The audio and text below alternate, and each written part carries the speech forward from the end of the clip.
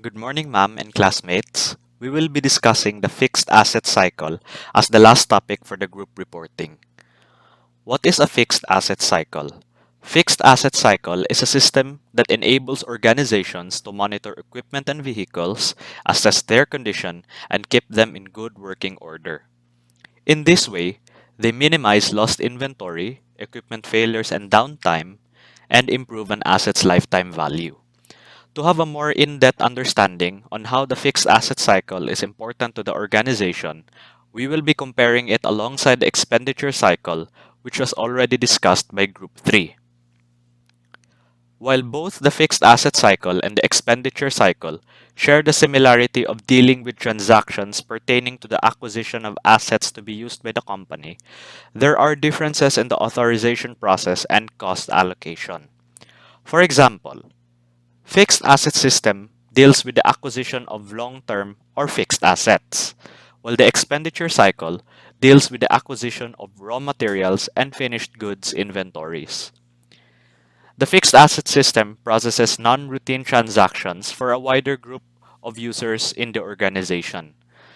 Managers in virtually all functional areas of the organization make capital investments in fixed assets, but these transactions occur with less regularity than inventory acquisitions. Another notable difference is that the acquisition of fixed assets is less frequent compared to the acquisition of inventory. This means that fixed asset transactions are unique and that they require specific management approval and explicit authorization procedures, unlike in inventory acquisition, where authorization can be automated. The third difference between these systems is that the organizations usually treat inventory acquisitions as an expense of the current period, while they capitalize fixed assets that yield benefits for multiple periods. Because the productive life of a fixed asset extends beyond 1 year, its acquisition cost is apportioned over its lifetime and depreciated in accordance with accounting conventions and statutory requirements. Good morning, everyone. This is Julian Cafino, and I will discuss the logic of a fixed asset system. There are three main tasks involved in the fixed asset system, namely asset acquisition, asset maintenance, and asset disposal. So let us first tackle asset acquisition. Assets generally depreciate, deplete, or amortize over time and due to inadequacy, supersession, obsolescence, and other factors. When this time comes, the entity will of course replace it and or if an entity lacks asset and needs one, the department managers are responsible of the recognition of acquisition of new assets. This acquisition needs approval just like any transactions in the entity, and the asset's value will serve as its basis for approval. Departmental managers are liable and authorized to approve an expenditure below a certain materiality limit set by the entity. But once acquisition becomes a capital expenditure and exceeds the materiality limit, approval from higher management levels is required. Purchases like this usually requires cost-benefit analysis and formal bid solicitations from suppliers. Just like the expenditure cycle procedures, asset acquisition task involves the identification of asset needs, placement of order, receiving of the purchases, and recognition and recording of liabilities. The only differences between the two are the department who does the delivering of asset and record keeping. In the expenditure cycle procedure, a central store or warehouse delivers the asset to the custody of the user, but in the asset acquisition task, it is the receiving department who delivers it to the user. Also, it is the fixed asset department who keeps the records, unlike in the expenditure cycle procedure, wherein the inventory control performs this function. The second main task involved in the fixed asset system is asset maintenance. In the long run, assets need repair and maintenance on a systematic and uniform basis. Repairs usually increase with age of the asset, and so do maintenance, which increases in amount over years, especially if the assets are used full-time or overtime. Asset maintenance involves adjusting fixed asset subsidiary account balances as the assets depreciate over time or with usage. So we are, I believe, familiar with the common depreciation methods such as straight line, sum of the years digit, double declining balance, and units of production. Depreciation methods shall reflect pattern in which future economic benefits are expected to be consumed by entity. Depreciation of fixed asset used to manufacture product is charged to manufacturing overhead and then allocated to work in process. Depreciation charges from assets not used to manufacture products are treated as expense during the period. So, depreciation calculations. So, these are transactions needed to be designed by the fixed asset system to expect internally when no external event occurs and is initiated by depreciation schedule. So, what is depreciation schedule? It shows when and how much depreciation to record. It also shows when to stop taking depreciation on fully depreciated assets. This information is very useful for decision making on when to retire and replace the assets. Here is an example of a depreciation schedule. So as you can see on the figure, the depreciation schedule states on the very topmost the name of the entity. Inside the table, the name of the asset to be depreciated, the depreciation method, the useful life in years of the asset, the date of acquisition, the cost, the residual value, and accumulated depreciation of the asset is also stated. This schedule is very detailed such that the month on when depreciation is to be expensed is stated along with its respective depreciation expense, accumulated depreciation, and book value. So this is what a depreciation schedule looks like. Asset maintenance also involves adjusting asset accounts to reflect the cost of physical improvements that increase the asset's value or extend its useful life. Enhancements of assets are capital investments and must be processed as new asset acquisitions. Fixed asset system must promote accountability by keeping track of the physical locations of the assets. Fixed assets are distributed all throughout the whole organization, hence subject from theft and misappropriation. Unlike inventory, which are usually gathered in a single area, asset transfers of custody are recorded in a fixed asset subsidiary ledger. Fixed asset subsidiary ledger is where information on the custody of an asset being transferred from and to is recorded. It also indicates location of the assets. The ability to locate and verify the physical existence of fixed assets is an important component of audit trail. The last main task, which is definitely also important, involved in the fixed asset system is asset disposal.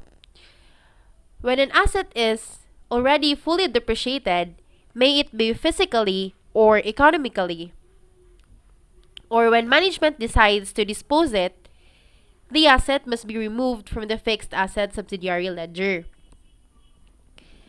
A request to dispose the particular asset should be made by the responsible manager. The approval to dispose the particular asset will of course require approval from the higher ups just like any other transactions. The disposal options open to the entity are to sell, scrap, donate, or retire the assets in place. To authorize the removal of an asset, a disposal report describing the final disposition of the asset is sent to the fixed asset accounting department. Once the asset is disposed, it must be removed from the fixed asset subsidiary ledger. So here is the data flow diagram for fixed asset system. Again, the three main tasks involved in the fixed asset system are asset acquisition, asset maintenance, and asset disposal. As you can see in the diagram, asset acquisition covers the whole upper portion of the diagram. It generally starts from the user department, so the departmental manager recognizes the need to purchase a new asset or replace an old one. So therefore, there will be a purchase requisition. And then, next would be authorization procedures. Again, the departmental managers can approve a purchase which is below the certain materiality limit, but anything above that limit will require approval from the next management level. So once the purchase is approved, the purchasing department will release purchase order to the vendor and to the accounts payable. The vendor will then send the packing slip to the receiving department and a supplier's invoice to the accounts payable. This supplier's invoice will be subject for authorization, and then the cash disbursement will give the payment to the vendor. And then once the packing slip is received to the receiving department will deliver the custody of the asset to the user department. So this will be the first noteworthy difference of asset acquisition task and expenditure cycle procedure.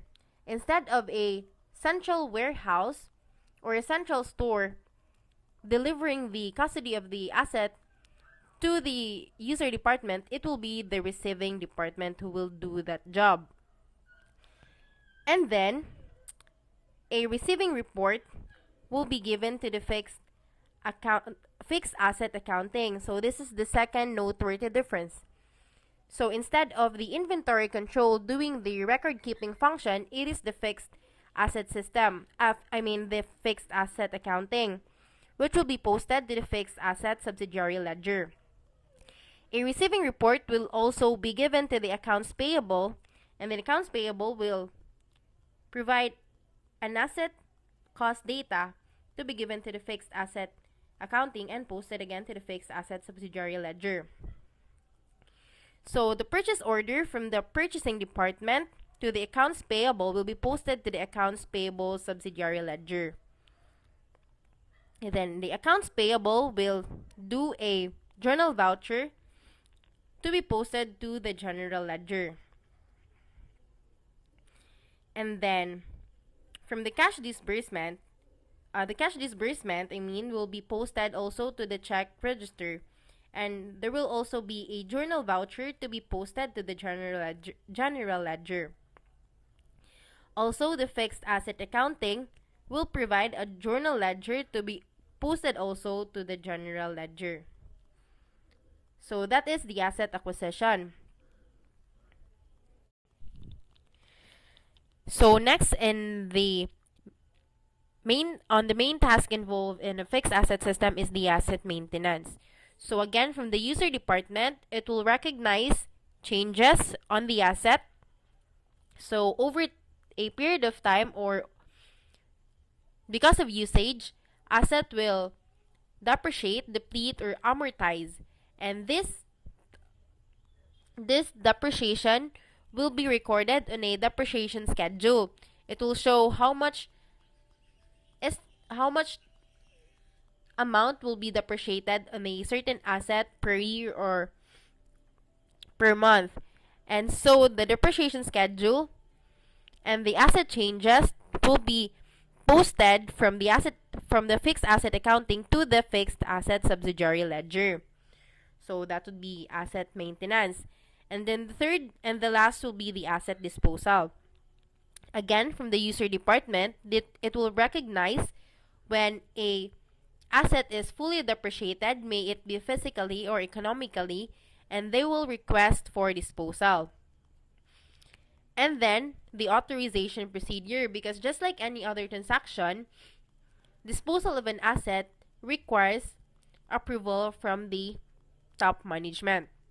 Once the disposal is approved, there would be the disposal process, and a disposal report will be given to the fixed asset accounting and posted to the fixed asset subsidiary ledger.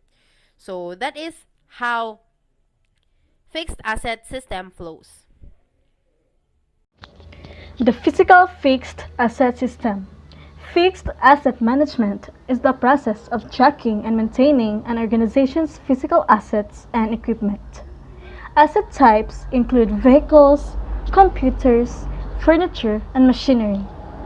Using an asset management system, organizations can track and monitor fixed assets, oversee equipment and machinery in multiple locations, lower maintenance costs, improve operational efficiency, and maintain a record of retired, sold, stolen, or lost assets. Fixed asset management enables organizations to monitor equipment and vehicles, assess their condition, and keep them in good working order. In this way, they minimize lost inventory, equipment failures and downtime, and improve an asset's lifetime value. Acquisition procedures. The process begins when the fixed asset accounting clerk receives a receiving report and a cash disbursement voucher. The depreciation schedule. The depreciation schedule breaks down the depreciation of the firm's long-term assets. So as you can see to this portion of the flowchart, which is the depreciation schedule, it presents the fixed asset acquisition procedures, where it calculates the depreciation expense for each asset and allocates the cost of each asset over the useful life. Now, let's move to the journal entries during acquisition. For transaction number 1, on December 6, the company acquired tables, chairs, shelves, and other fixtures for a total of 3,000 pesos. The entire amount was paid in cash. So to record this transaction, debit furniture and fixtures 3,000 pesos and credit cash 3,000 pesos. In this transaction, there is an increase in an asset account to the furniture and fixtures in exchange for a decrease in another asset for cash.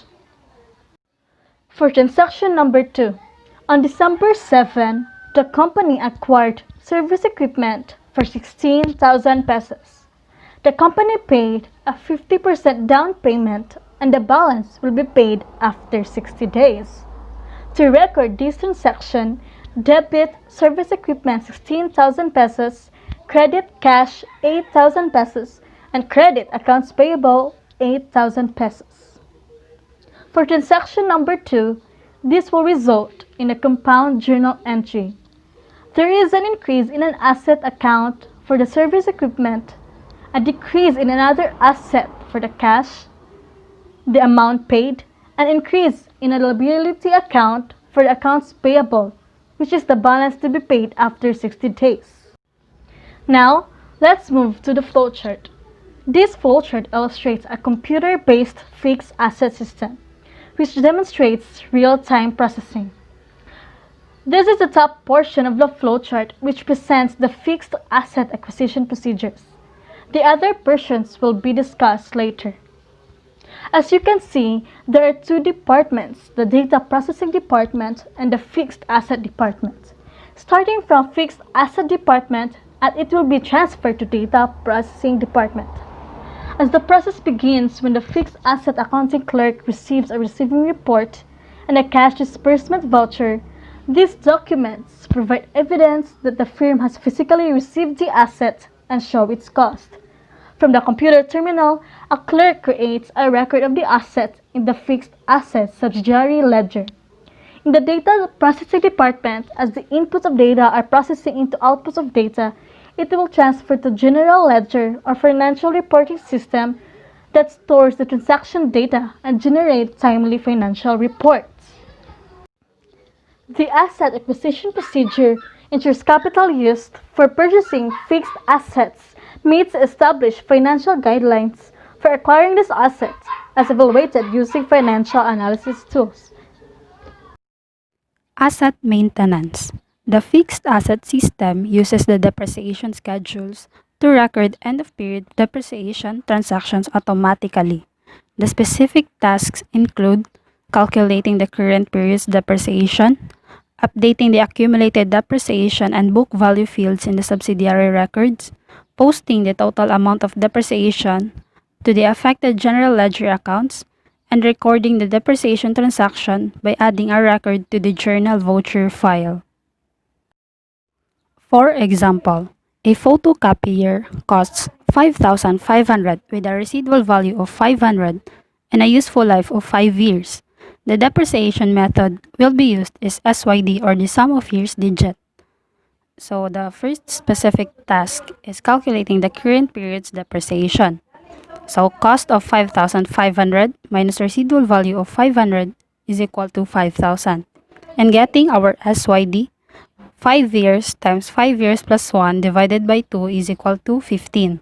So to get the first month's depreciation expense, we calculate it by 5 divided by 15 times 5,000 is equal to 1,666.67. Then we'll divide it to 12 months, that is equal to 138.89. The second specific task is updating the accumulated depreciation and book value. So the accumulated depreciation is the same as the depreciation expense. And our book value is 5,500 minus 138.89 is equal to 5,361.11. The third specific task is posting the total amount of depreciation to the affected general ledger accounts.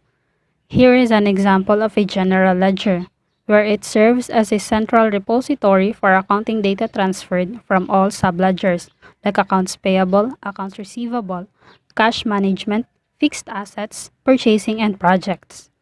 The last specific task is recording the depreciation transaction by adding a record to the journal voucher file.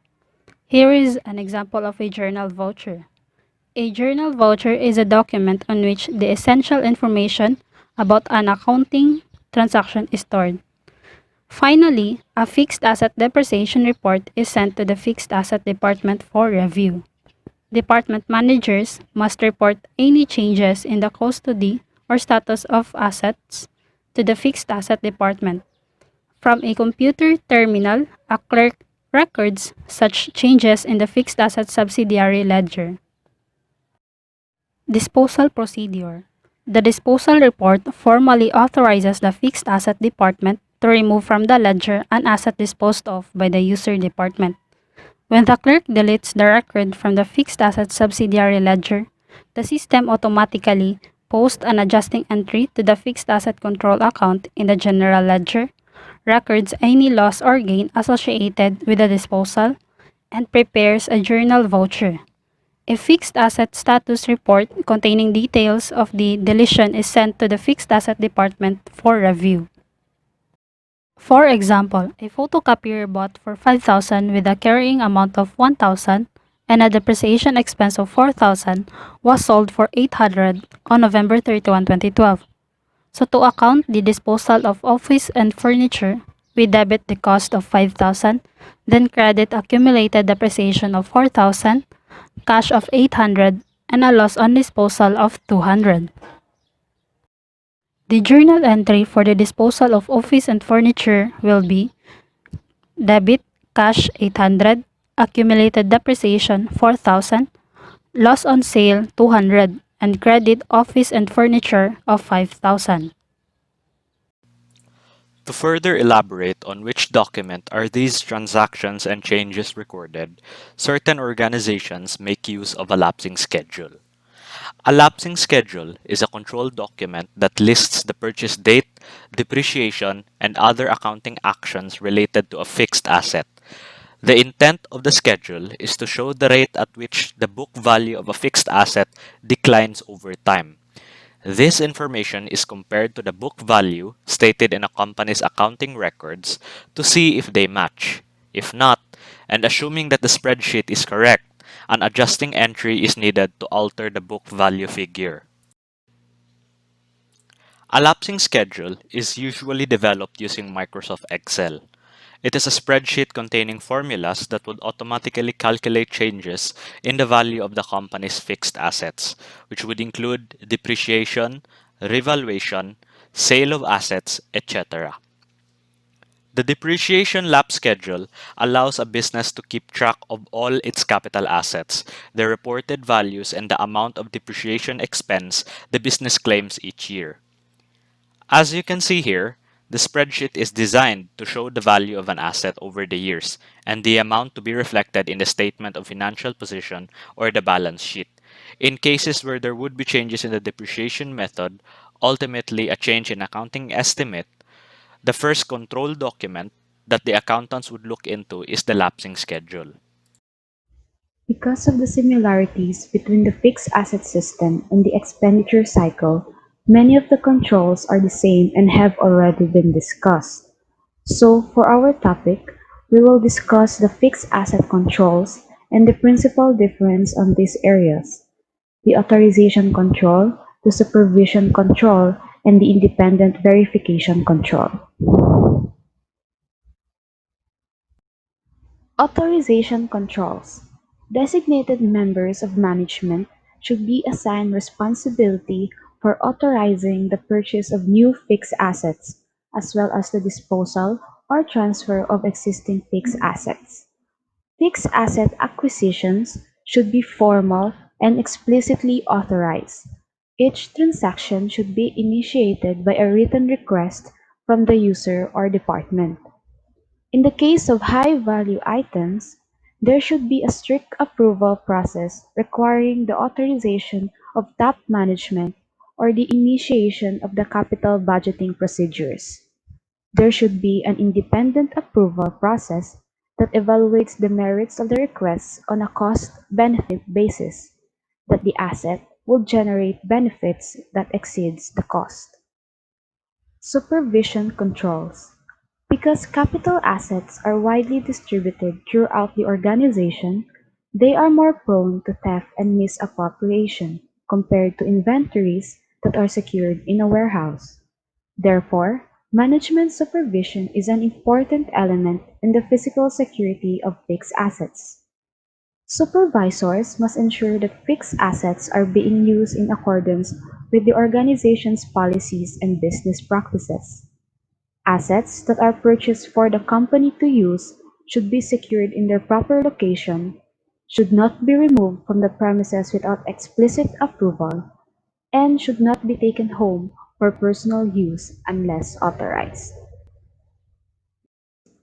And lastly, independent verification controls.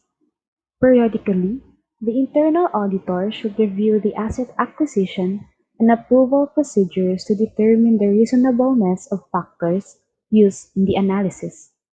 Such factors are the useful life of the asset, the original financial cost, the proposed cost savings as a result of acquiring the asset, the discount rate used, and the capital budgeting method used in the analysis. The internal auditor should verify the location, condition, and fair value of the organization's fixed assets against the fixed asset records in the subsidiary ledger. In addition as to what to verify, the automatic depreciation charges calculated by the fixed asset system should be reviewed and verified for accuracy and completeness. System errors that miscalculate depreciation can result in the material misstatement of operating expenses, reported earnings, and asset values. Examples for control systems. First is authorization control. Companies should have requirements when it comes to purchasing fixed assets. For example, a company should only identify chosen people of the management and must be given authorization in purchasing new fixed assets. Not only will there be a selection of people who can purchase, there should also be people who are authorized to dispose or sell them. These things should have limited access as to avoid, for example, asset theft.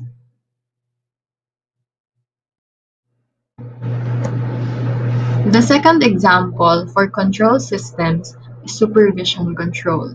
It is known that fixed assets are more prone to misappropriation and theft than inventories which are in a warehouse. For example, if supervisors are not keen enough in monitoring the usage of fixed assets, there is a possibility that some will use these assets in activities that are not in accordance with the policies and business practices of the organization. That is why it is important for top level management to supervise the lower level management so that everyone will be efficient and guided.